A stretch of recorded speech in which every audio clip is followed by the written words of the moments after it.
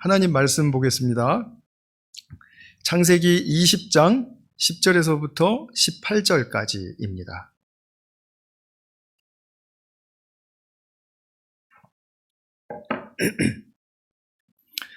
창세기 20장 10절에서 18절까지 새 번역으로 제가 읽어드리겠습니다.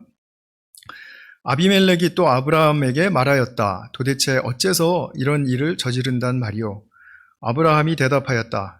이곳에서는 사람들이 아무도 하나님을 두려워하지 않으니까 나의 아내를 빼앗으려고 할 때에는 사람들이 나를 죽일 것이라고 생각하였습니다. 그러나 사실을 말씀드리면 나의 아내가 나의 누이라는 것이 틀린 말은 아닙니다. 아내는 나와는 어머니는 다르지만 아버지는 같은 이복 누이이기 때문입니다. 하나님이 나를 아버지 집에서 떠나서 여러 나라로 두루 다니게 하실 때 내가 아내에게 부탁한 말이 있습니다. 우리가 어느 곳으로 가든지 사람들이 나를 두고서 묻거든 그대는 나를 오라버니라고 하시오. 이것이 그대가 나에게 베풀 수 있는 은혜요 하고 말한 바 있습니다. 아비멜렉이 아브라함에게 양떼와 소떼와 남종과 여종을 선물로 주고 아내 사라도 아브라함에게 돌려보냈다. 아비멜렉이 아브라함에게 말하였다. 나의 땅이 당신 앞에 있으니 원하는 곳이 어디든지 가서 거기에서 자리를 잡으시오. 그리고 사라에게는 이렇게 말하였다. 나는 그대의 오라버니에게 은 1000세겔을 주었소. 이것은 그대와 함께 있는 여러 사람에게서 그대가 받은 부끄러움을 조금이나마 덜어보려는 나의 성의의 표시요. 그대가 결백하다는 것을 모두가 알게 될 것이요. 아브라함이 하나님께 기도하니 하나님이 아비멜렉과 그의 아내와 그의 여종들이 다시 아이를 가질 수 있도록 태를 열어주셨다. 아비멜렉이 아브라함의 아내 사라를 데려간 일로 주님께서는 전에 아비멜렉 집안의 모든 여자의 태를 닫으셨었다. 아멘. 네, 우리 운동선수들 뉴스에 종종 나오는데요. 이제 신기록을 세웠다. 세계 기록을 다시 갱신했다. 이런 뉴스를 보게 되죠. 그럼 그 선수들이 이제 그렇게 신기록을 세웠다고 해서 이제 오늘 또 그리고 앞으로 그 기록을 자동적으로 유지하게 될 수 있다라는 그런 보장은 없죠. 항상 그 기록에서 못 미치는 그런 낮은 기록으로 내려가게 될 것입니다. 이와 같이 우리 18장에서 아브라함을 보았을 때 아브라함이 소돔과 고모라를 위해서 중보 기도드리는 모습은 그야말로 최고의 어떤 영적인 고조의 상태였다고 볼 수가 있습니다. 그런데 오늘 본문을 보면 예전에 12장에서 우리가 보았듯이 이집트에서 했던 거짓말을 그랄 왕 아비멜렉에게 또 반복했다라는 거죠. 아내를 누이라고 속여서 살아나려고 하는 수법입니다. 근데 이건 아브라함의 일방적인 그런 계획은 아니었고 오늘 말씀을 보니까 이제 사라와 함께 그 밀실의 계약을 맺었던 것 같아요. 그러니까 이제 자꾸 아브라함이 이것을 이용해 먹는 그런 상황이 이렇게 나오고 있습니다. 근데 아브라함에게는 이게 습관처럼 돼버린 거죠. 그래서 뭔가 위기가 생겼다 하면 내가 나의 자구책을 가지고 모면해야지 하는 이런 연약함을 보여주고 있다는 것입니다. 우리 모두가 다 경험하고 또 알고 있듯이 우리의 고정된 생각, 우리가 오랫동안 길들여온 습관, 이거 버리고 고치기가 무척 어렵습니다. 다른 사람의 습관, 왜 저 사람 저거 이렇게 못 고치지? 하지만 사실은 나에게 있는 작은 습관, 나도 못 고치고 있는 것들이 많이 있어요. 그러니까 3살 때 여든 버릇 간다는 우리 선조들의 말씀이 참 지혜로운 것 같아요. 물론 그건 바꿀 수 있습니다. 예수님 안에서. 그러나 우리가 이것이 참으로 우리에게 큰 고민거리가 된다라는 것은 정말 사실이죠. 나쁜 습관을 내가 가지면 내가 주변에도 피해를 주지만 본인에게도 괴로움을 줍니다. 예를 들어서 술을 습관적으로 많이 마시는 사람은 다음날 숙취가 오면 그냥 그 후회와 자책이 물밀듯이 밀려오곤 하죠. 제가 어떻게 이걸 이렇게 잘하는지 모르겠어요. 아브라함에게는 그 위기가 오게 되면 아내에 대한 거짓말을 습관처럼 했던 것 같아요. 그런데 우리가 본문을 자세히 꼼꼼히 잘 보면은요, 왜 아브라함의 믿음이 이렇게 떨어져서 거짓말을 하는지 그 원인에 대해서, 이유에 대해서 전혀 설명해 주지 않습니다. 느끼셨나요? 우리 아브라함 성경 공부하는 우리 교우님들, 20장 가지고 우리 지난주에 씨름을 많이 했는데, 그렇죠. 지난주죠. 그거 혹시 발견하셨습니까? 그러면 우리가 성도의 믿음이라는 거 굉장히 중요한데, 그 믿음이 떨어져서 거짓말을 하고 있는 그 아브라함에 대해서 그 원인을 밝혀주지 않는다면, 그러면 도대체 이 오늘 본문은 무엇에 우리의 관심을 돌리려고 하는 것일까요? 그건 답부터 말씀드리면 하나님의 은혜입니다. 하나님의 은혜의 눈을 돌리게 하기 위한 것이죠. 그러나 우리가 하나님의 은혜가 어떠한 것인지를 알고 거기에 진정으로 눈을 돌리기 위해서 우리가 가지고 있는 이 믿음에 대한 잘못된 오해, 그리고 또 그 오해로 빚어지는 또 이 신앙의 왜곡, 이런 부분들에 대해서 제가 좀 설명을 먼저 드리겠습니다. 그래서 오늘 설교는 첫 번째로는 믿음에 관해서 말씀을 드리고, 두 번째 후반부에서는 은혜에 관해서 말씀을 드리고 맺도록 하겠습니다. 우리가 어떤 안 좋은 일이나 아니면은 나의 어떤 성격의 결함이나 이런 것들이 있으면 도대체 이게 왜 생겼는지 그 원인을 알면 그것을 회복하는 데 되게 도움이 될 거라고 생각할 수가 있습니다. 아브라함의 같은 경우에 아브라함이 왜 18장에서는 그렇게 영적인 고조의 상태에 있다가 20장에 들어와서는 믿음이 떨어졌는지 그 원인을 알면 아브라함이 믿음의 회복에 있어서 굉장히 도움이 될 거라고 생각하기가 쉽다라는 거죠.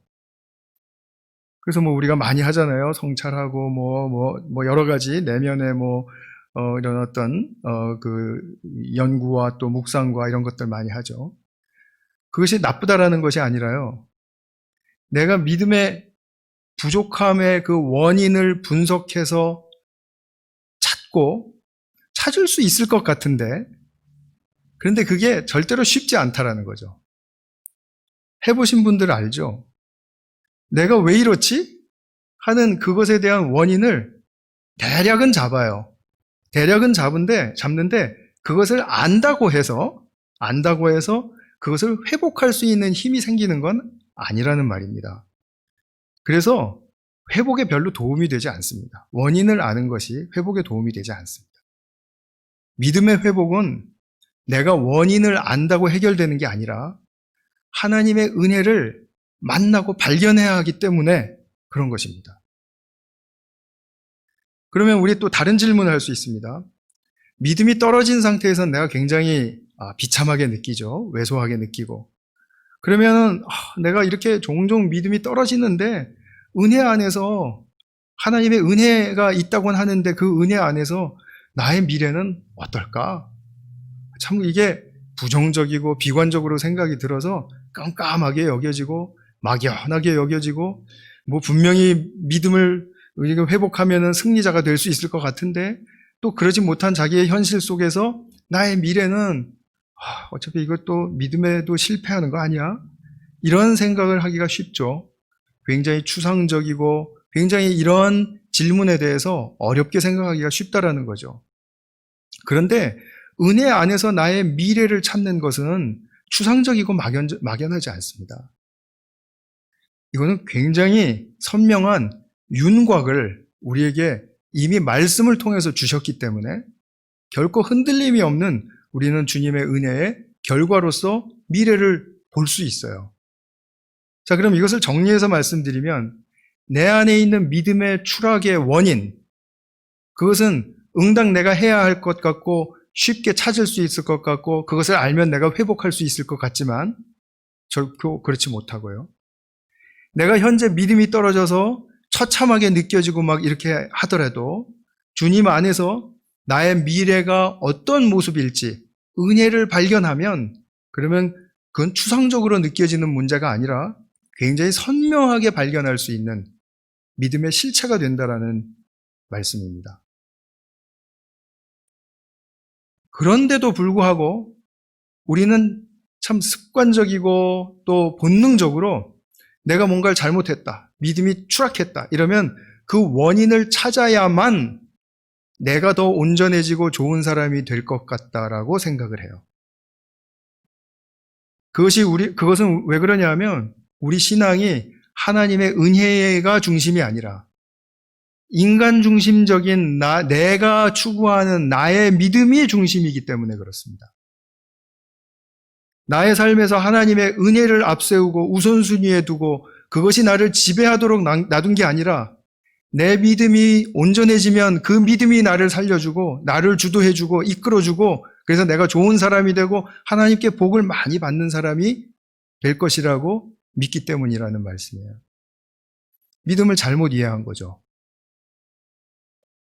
믿음이라는 것은 내가 길러내야 할 무엇이 아닙니다. 이거는 분명해요. 믿음은 내가 길러내는 것이 아니에요. 무엇이냐면 하나님의 은혜를 발견했을 때 그 은혜에 대한 반응이 믿음이에요. 내가 그 은혜에 대해서 어떻게 반응하느냐가 나의 믿음을 결정한다라는 말씀입니다. 하나님의 은혜에 반응하고 하나님의 말씀과 계획을 감지하고 이해하고 받아들이는 나의 내면 안에 생긴 한 기관이에요. 근데 이 기관은 내가 예수님을 알기 전에는 있지 않았습니다. 예수님을 만났고 그래서 예수님을 따르기로 결정을 했고 그리고 예수님이 어떻게 사셨는지를 보니까 예수님이 진정한 믿음으로 사시더라는 거죠. 그러니까 그 예수님이 나에게 주시는 선물이 뭐냐면 너도 나처럼 살 수 있어 라는 믿음으로 살 수 있어 라는 그 믿음을 내게 새롭게 부어주시고 또 창조해 주시니까 내가 믿음이라는 새로운 선물을 받게 되었다라고 이야기를 하는 거죠. 이것이 내게는 없었는데 창조되었기 때문에 새 창조의 역사라고 말을 하는 것입니다. 하나님의 은혜에 대한 그 먼저 앞선 우선순위가 있어야지만 나의 믿음이 성립된다는 것을 아셔야 돼요. 나의 믿음, 나는 왜 뭐가 잘못됐지? 나의 믿음을 어떻게 일으켜 놓지? 나의 믿음, 나의 믿음, 나의 믿음. 이렇게 내 믿음만 들여다봐서는 아무런 일이 일어나지 않는다는 거죠. 분명한 사실입니다. 나의 습관으로 인해서 믿음이 떨어지는 것을 경험하고 또 그것을 또 그렇게 될까봐 또 염려하고 이것을 고치지 않으면 하나님이 받아주시지 않을 것 같고 그리고 받아주신다 하더라도 그냥 나는 하나님 안에서 작은 자인 것 같고 행복할 수 없을 것 같고 그리고 하나님의 창조의 목표인 그 인간다움의 온전함 이것은 아니잖아? 라고 자꾸 나도 모르게 믿고 싶어지죠. 부정적인 것이 자꾸 들어오는 거죠. 왜 그렇습니까? 이 증상을 무엇이라고 말합니까? 이 증상을 완벽주의라고 이야기하는 것입니다. 나의 믿음이 더 좋아지면, 나의 믿음이 지금보다 더 온전해지면, 그러면 뭔가 될 것 같은, 그죠? 벌써 이미 나의 믿음이 좋아지면 이라는 말은 하나님은 지금 옆에 계시는 거예요. 안에 들어와 계신 게 아니라. 그래서 내가 원하는 믿음을 하나님이 주셔야 돼요. 내가 온전하다고 생각하고 내가 그렇게 판단하는 믿음을 하나님이 주셔야지만 내가 만족해요. 이거는 신앙을 믿기 전의 모습과 사고와 똑같은 것입니다. 다른 신에게 빌고 그것을 받기를 원하는 그 속성과 똑같은 것이라는 말이에요. 이 완벽주의의 늪에 빠지면 뭔가 잘못하거나 내가 잘못했거나 아니면 내 자존심이 좀 상했거나 상처를 받으면 어떤 생각이 들어오겠습니까? 또 아니구나. 내 인생이 또 그렇구나. 안 될 것 같다. 뭔가 잘못됐다, 이건. 이거 뭐 아무리 애써도 안 되는 거 아니야? 이런 생각이 지배하게 돼요. 이것은 그런데 만성적입니다.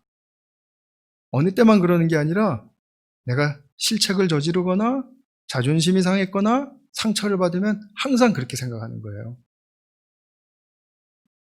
교회 일을 하다가도, 또는 목장에서 우리 교제를 하다가도, 또는 뭐 여러분들이 뭐 저를 보니까 목사를 보다가도 뭔가 조금 좀 잘못하는 것 같고 그러면 그래 맞아 안 될 것 같아.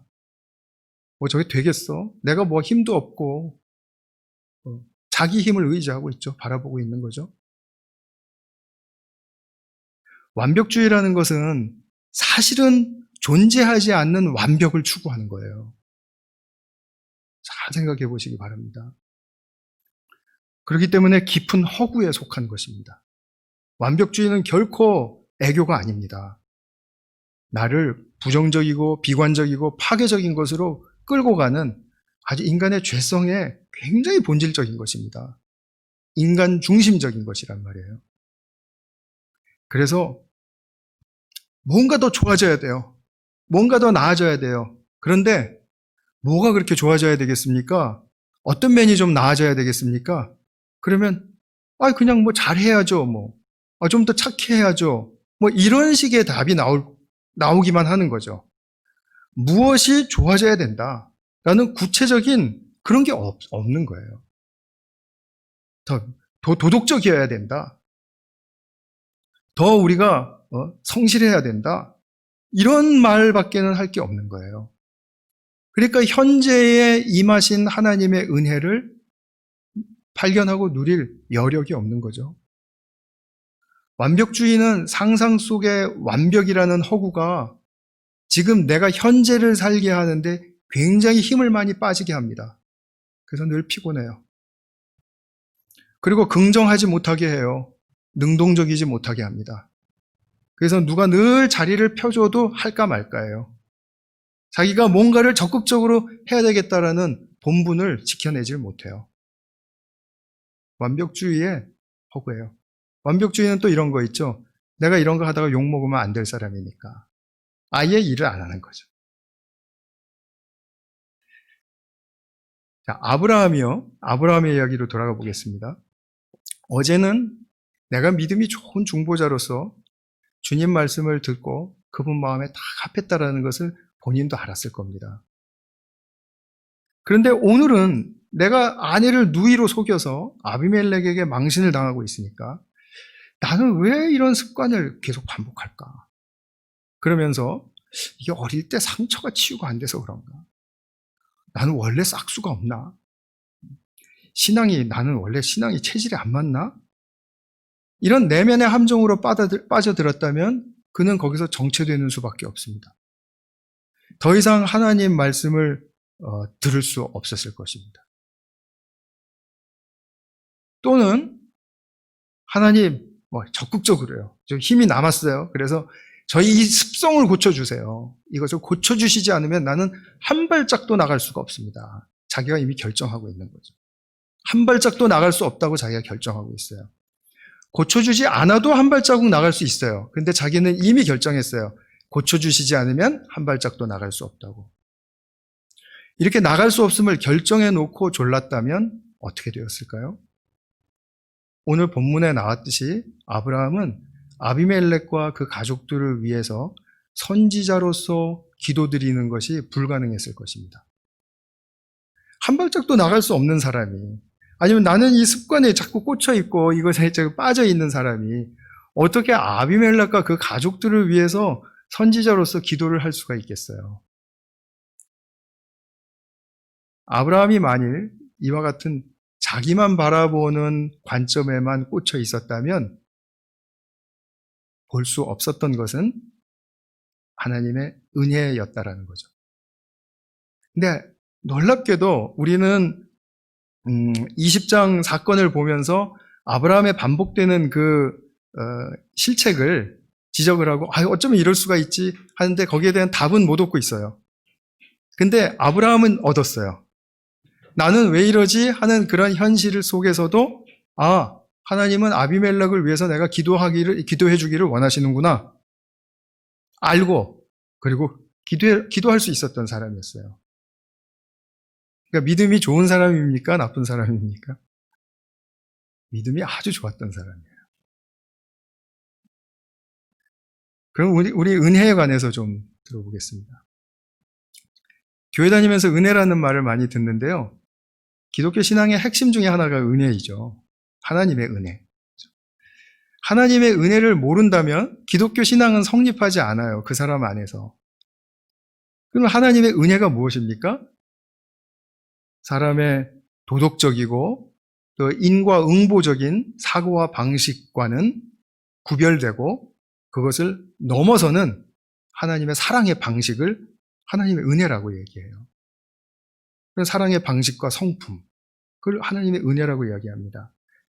우리는 어떤 사람이 도덕적이지 않으면 그 사람 존재의 가치가 없다라고 믿어요.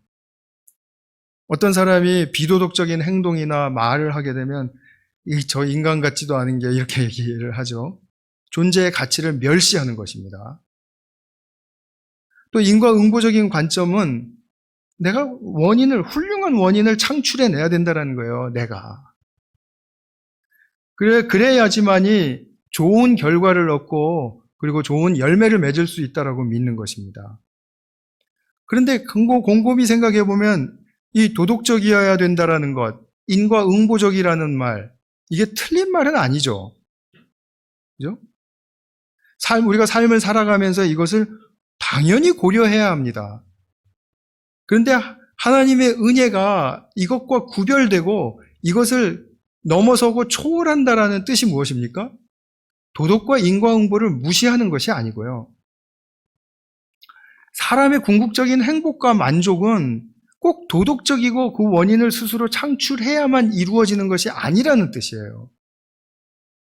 사람의 궁극적인 행복과 만족은 도덕적이어서만 되는 것도 아니고 내가 훌륭한 원인을 창출해야만 되는 것도 아니라는 것입니다. 환원하면 내세울 도덕과 내세울 원인과 근거가 없다고 해서 인간다운 온전성을 이룰 수 없는 것은 아니라는 뜻이에요. 좀 헷갈리시나요? 내가 꼭 도덕과 원인, 좋은 원인이 있어야만 인간다운 온전한 사람이 된다는 뜻이 아니라는 거예요. 도덕과 그러면은 어떤 좋은 원인과 더불어서 무엇이 있어야 된다는 것입니까? 은혜가 있어야 된다는 것입니다. 근데 은혜가 있으면 도덕이 못 미치고 내가 훌륭한 원인을 창출하지 않아도 인간의 온전성에 나아갈 수 있어요. 한 발짝 더 다가갈 수 있어요. 오늘 본문에서 보신 아브라함처럼 아비멜렉을 위해서 기도해주는 모습을 통해서 볼 수 있는 것이었죠. 그렇기 때문에 은혜가 도덕과 인과응보적인 사고와 방식을 초월하는 것입니다. 품고 초월하는 것입니다. 상반된다라는 뜻이 아니고요.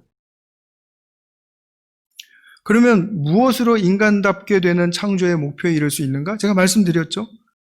하나님이 함께 하시는 은혜, 하나님이 당신의 그 복된 자원과 축복을 나누어 주시고 그것을 누리도록 허락하시는 그분의 자비로우심, 그 은혜가 우리로 하여금 온전함에 매일매일 한 걸음씩 가까이 나아가게 할 수 있다라고 그렇게 성경은 말해주고 있는 것이죠. 따라서 이 주님의 은혜를 감지하는 것은 내가 컨디션이 좋을 때만 감지하는 것이 아니라 내가 바닥으로 떨어졌을 때라도 이 은혜를 감지할 수 있습니다. 하나님이 우리를 찾아오셨기 때문에. 그리고 그 은혜를 감지하고 긍정하고 따르겠다고 결단할 수 있는 그런 우리의 새롭게 창조된 믿음이 있다라는 말씀이에요. 그리고 거기서 믿음을 우리가 발휘해야 한다라는 거죠. 이것이 바로 참 믿음의 모습인 것이죠. 내가 부족함에도 불구하고 참 믿음을 가질 수 있는가? 예. 당연히 가질 수가 있는 것입니다. 그러니까 은혜죠. 내가 온전해야 더 좋은 믿음을 가질 수 있습니까? 항상 그런 것은 아니라는 것입니다. 그 트랩에 속지 말자라는 거예요. 나의 믿음이 없는 이유가 뭔가? 나는 왜 매일 이런가? 매일 이런가에는 본인의 문제를 한번 대입해서 생각해 보십시오. 자꾸 실책을 저지르는 이유, 내가 자꾸 실수를 하는 원인, 그게 뭔가, 거기에 꽂혀 있게 되면 그 사람은 다른 사람을 볼 때도 똑같이 적용해요. 저 사람은 도대체 문제의 원인이 뭘까? 저 사람은 왜 저럴까? 근데 알려고 하다가도 포기하는 게 훨씬 더 건강해요. 그렇지 않습니까? 저만 지금 이해하고 있는 말을 하고 있는 것입니까? 주님의 은혜만이 이런 도덕과 인과응보적인 한계를 극복해 나가게 한다는 뜻입니다. 이런 원리와 이런 방식은 세상에 아무 데도 없습니다, 여러분. 제가 알기로는. 근데 하나님의 은혜를 알면 내가 비록 모자라고 그리고 바닥에 떨어졌어도 주님의 계획과 행하시는 일을 우선순위로 두게 돼요. 앞세우게 됩니다. 그래서 아브라함은 자신의 실책이 있음에도 불구하고 그것을 자책하는데 함몰되지 않고 아비멜렉을 향한 주님의 계획을 알고 그와 가족들을 위해서 기도했던 것입니다. 이것은 이미 하나님께서 7절에서도 말씀을 하셨고 그리고 17절에서 아브라함이 실행했어요. 또 자기가 아내를 막 이렇게 팔아먹듯이 넘겨주는 그 일을 하면서도 하고 나서도 사라가 아들을 출산할 것이라는 것을 또 이런 사건을 통해서 지금 또 다시 믿게 된 거죠. 알게 된 거죠. 그래서 우리 다음 장 1절, 2절 보게 되면 사라가 아들 이삭을 낳는 기사가 나오지 않습니까? 사라가 아들을 낳는 일은 인간 모두가 다 포기했던 일이에요. 당사자들부터. 그리고 주신다고 해도 못 믿었던 일이지 않았습니까? 그런데 더구나 사라를 다른 나라 왕에게 넘겨주고 불신앙을 그렇게 저지르는 중에도 하나님은 사라의 출산을 준비하고 계셨다라는 것. 그것을 아브라함은 받아들일 수 있었다라는 거죠. 자기를 봐서는 아들을 주신다는 게 부끄러워서 입 밖에도 내놓지 못할 말입니다. 아브라함이 자기 부족을 한탄하고 나름 믿음을 자라게 한다고 그렇게 한다고 해서 아들을 낳게 할 수 있습니까? 그의 믿음이 낳게 합니까? 아닙니다. 인간의 모든 행사, 잘할 때 있고 잘못할 때 있고 어려운 일이 있고 순탄할 때 있고 하는 그런 모든 일을 넘어서 아브라함과 사라에게 최고조의 인생의 하이라이트 선물은 이삭을 낳는 일이었잖아요. 근데 이런 과정을 통해서 아들을 얻는다라는 것은 하나님의 은혜가 아니고는 불가능했다라는 말씀입니다.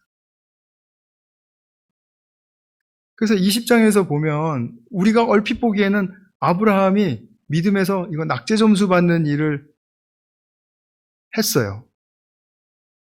그것만 보면 안 된다라는 거죠. 그것만. 그죠? 창세기 저자는 하나님의 은혜를 말해주고 싶었기 때문에 아브라함이 그런 과정 속에서도 하나님의 뜻에 합당한 선지자로서의 일을 감당할 수 있었다라는 것. 이것을 지금 사라가 아들을 낳기 직전에 중요한 사건으로 다시 우리에게 말해주고 있는 것입니다. 성도님들, 우리가 모두 인생에 정말 쉽지 않은, 그리고 늘 업 앤 다운 있고요. 그리고 항상 잘하는 거 아니지 않습니까? 잘못할 때도 많고요. 저도 잘못하고 그럴 때 나 뜨거워지고, 이거 내가 이거 들어온 거 아닌가. 이런 생각 들고요. 근데 그런 생각 드는 것 자연스럽게 어떻게 보면 받아들이실 수 있어야 됩니다. 그게 인생이니까요. 그러지 않은 인생은 없으니까 그런 거죠. 그리고 우리 모두의 인생에서 나의 주변 사람과 인생과 세상은 도대체 왜 이럴까? 그래서 이런 질문을 하면서 힘을 잃지 마시기 바랍니다. 그런 질문이 자연스럽게 들어옵니다. 근데 들어왔을 때 그것이 나에게 끼치는 영향이 지금 나의 힘을 빼려고 하네? 그럼 빨리 거두시자는 얘기예요. 빨리. 할 수 있습니다. 스스로 물러나 침륜에 빠진다라는 그 히브리서 말씀이 바로 그런 말 아니겠습니까?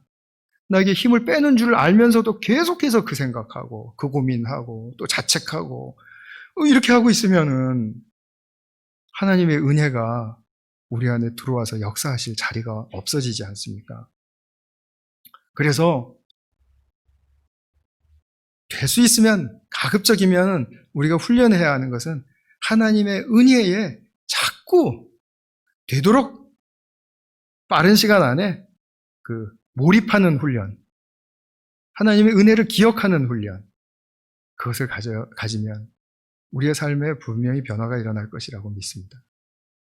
스스로 고치려는 인간 중심적 믿음이 아닌 정말 주님의 은혜를 알고 거기에 반응하는 그리고 의지하는 그 믿음, 그 믿음의 진수를 맛보시기를 진심으로 축원드립니다. 같이 한번 기도하겠습니다. 사랑하는 아버지 하나님, 창세기 20장은 아브라함이 반복하는 그 실책을 우리에게 보여주면서 참 왜 이러한 실수가 많은 그 아브라함 이야기를 들려줄까 하고 생각을 하게 되었는데, 그러나 본문 속에서 일어나는 일들을 꼼꼼히 살펴보니까 그런 바닥에 떨어진 것 같은 상황 속에서도 아브라함은 하나님의 뜻을 알고 또 하나님의 뜻을 위해서 또 사역을 또 자신이 감당해야 할 몫의 일을 하고 있다라는 그런 분명한 현실을 통해서 우리는 믿음이란 바로 이런 것이로구나 하는 것을 새롭게 깨닫게 되었습니다. 이것은 바로 하나님이 아브라함을 찾아가셔서 말씀하여 주셨고 그 뜻을 알게 하여 주셨기 때문에 그것을 감지하고 또 알았기 때문임이라고 믿습니다. 주님, 우리도 또한 아브라함처럼 많이 정말 실수에 시달리고 그리고 또 많이 위축되기도 하고 그리고 우리의 마음이 상할 때도 많이 있는데, 그러나 그럴 때일수록 주님이 우리를 찾아오셔서 또 말씀하시고 또 원하시는 뜻이 무엇인지를 잘 알고 그것에 적극적으로 반응할 수 있는 그런 믿음의 실천이 넘치는 복된 주님의 아들, 딸들 되게 하여 주시옵소서. 우리 구주 예수 그리스도의 이름으로 기도하였습니다. 아멘.